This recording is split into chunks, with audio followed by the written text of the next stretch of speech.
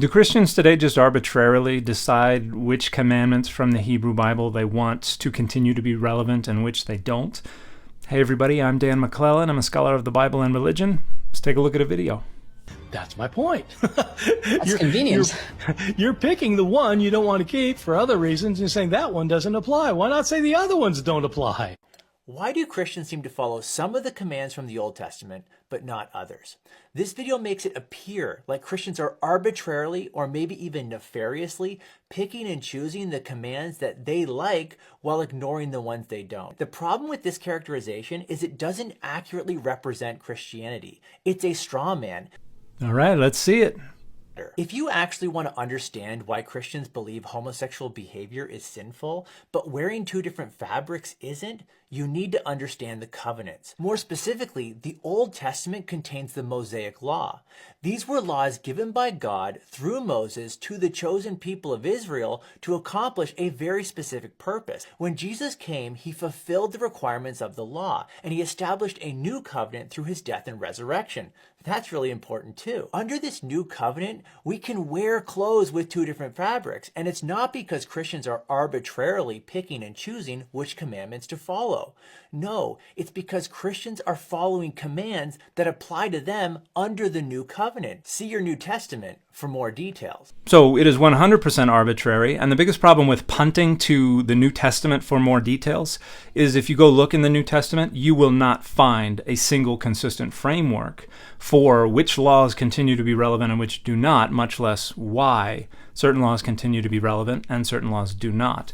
The most popular frameworks for understanding which continue to be relevant and which do not for Christians are actually not in the New Testament at all. They were things that later Christians arbitrarily made up as they rationalized which laws should continue to be relevant and which should not. But let's start with what's in the New Testament. You actually have a spectrum of approaches, all the way from every last part of the law of Moses and then some extra things, down to none of the law of Moses and then some extra things. So if we look in the Gospel of Matthew, the author of Matthew was a Judaizer. You have to keep the law of Moses if you're a follower of Jesus, because heaven and earth will pass away before a single jot or tittle of the law passes away. Jesus came not to destroy, but to fulfill. Christians today will say, oh, well, he did fulfill the law. We're no longer under the law. You got to read the next two verses where Jesus says, anyone who teaches people not to do these things or breaks the least of these commandments, they're going to be called least in the kingdom of heaven. The one who does them and teaches others to do them will be called great in the kingdom of heaven. And then Jesus says, your righteousness must exceed the righteousness of the Pharisees, or you will not see the kingdom of heaven. And then he starts quoting commandments and then ratcheting up their severity. You have heard the law says this, while I tell you this higher law. So the author of Matthew actually endorses keeping every last part of the law of Moses, including things like, yeah, you should not leave undone the tithing of dill and mint and cumin, but you also have to fulfill the weightier matters of the law. So that's the everything in the law of Moses and then some.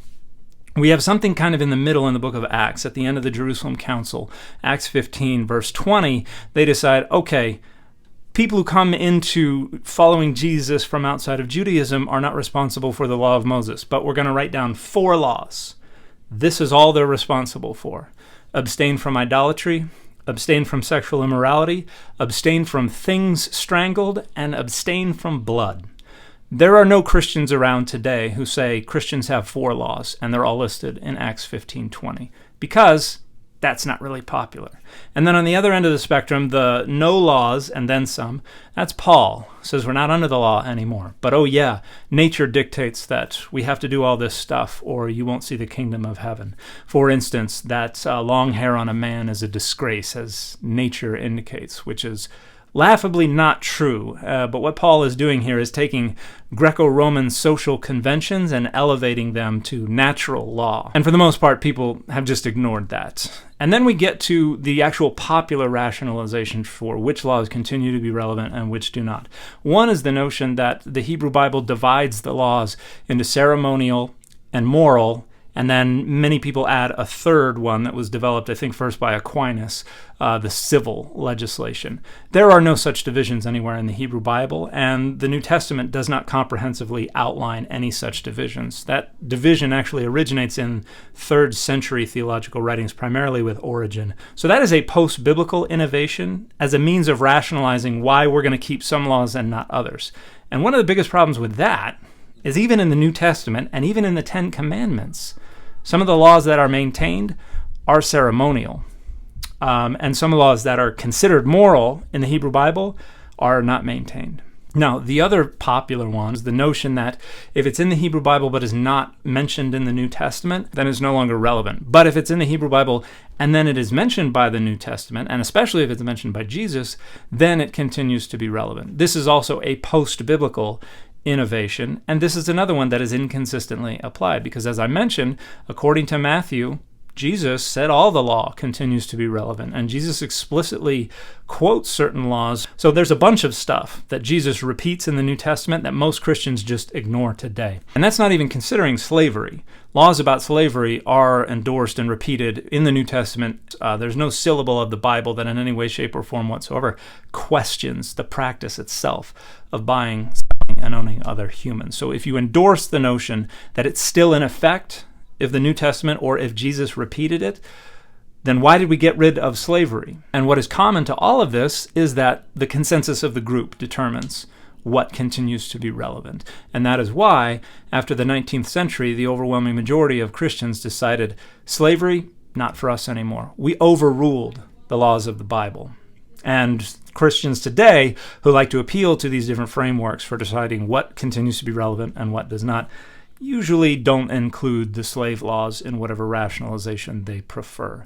The reality is that it is entirely arbitrary. Here's what I am saying. No command from the Mosaic Law is incumbent upon me in virtue of being a part of that law.